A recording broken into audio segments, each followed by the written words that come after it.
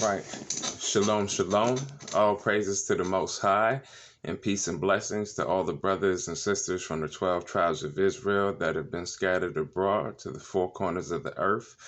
My name is Asa El Yasharallah from the Israelite Temple #1. I hope everybody's doing well and having great days and living their best lives. The purpose for this video today is to get into why the Apostle Paul taught that a man should have one wife, because there is a specific reason why he taught that, and I don't believe it's the one that everybody thinks. Now, multiple wives in Israel is a very contentious topic. Okay, you have some brothers who believe it's okay. You have some sisters who don't mind sharing a husband. You have some brothers who think you should only have one wife. And you have some sisters who think you should only have one husband. You know what I mean? Now, according to the Bible, there's no law saying that a man has to have more than one wife, but there is also no law forbidding it. Okay, so let's make that clear from the jump.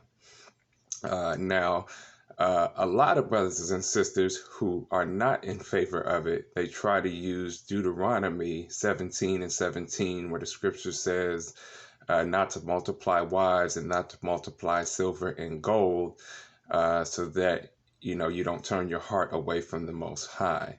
And they also try to use the teachings of Paul, where he says in order for a bishop to be blameless, he should have one wife, as a reason for why it's forbidden to have multiple wives. And so we're going to break that down. Now, Deuteronomy 17:17, where it says not to multiply wives, also gives the same warning for silver and gold, not to multiply silver and gold. Now, that's not saying that it's not okay for a man to have more than one spouse. That scripture is a warning against greed, that you shouldn't seek more than what you need, point blank.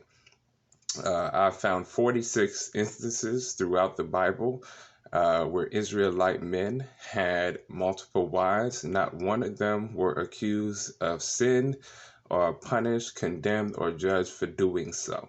You know what I mean?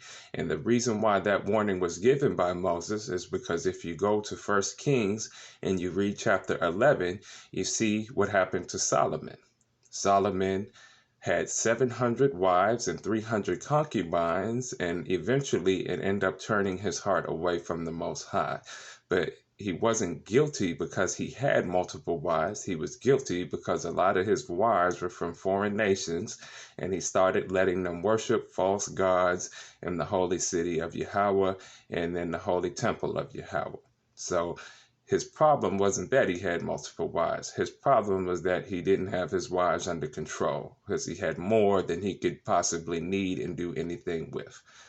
So Deuteronomy 17:17 is a warning against greed, having more than what you need, whether it's wives or money, and you can read about that in 1 Kings chapter 11. Okay, now the thing that interests me the most is Paul, because like I said, a lot of people who aren't in favor of it, they try to use Paul's teachings about having one wife, particularly the one in Timothy, where he's writing to Timothy, and he says that in order for a bishop to be blameless, a man, he should be the husband of one wife. Now, this is from the Encyclopedia Britannica, because I got interested. I wanted to do a little research on the topic. And the Encyclopedia, Britannica states that Greece and Rome were two of the first documented societies that allowed women to initiate divorce proceedings against their husbands. You know what I mean? Just like in America today, where a woman can go file a divorce against her husband. You know what I mean? Now, many women during that time, during the time of Greece and the time of Rome, they had multiple husbands during the time which they lived. You can read about that in St. John chapter 4, verses 18 through 21. Okay, now we who are Israelites, we know that the woman is bound to her husband as long as he lives. You can read about that in the book of Romans, chapter 7 and 3, and also in 1 Corinthians 7 and 39. Now, according to the law of Moses, a man can have more than one spouse if he chooses to. You can read that in Exodus 21 and 10, and you can read that in Deuteronomy 21, verses 15 through 17. Now, like I said, there's no law saying you have to have multiple wives. But there's also no law against it. So we need to stop condemning each other and arguing about this topic, because everyone, at the end of the day, when it comes to your spouses, you should do what's best for you.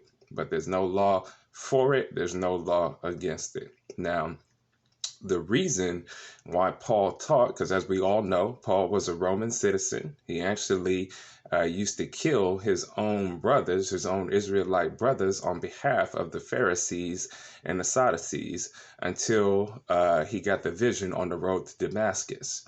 And then after that, he started to teach the gospel of truth. You know what I mean?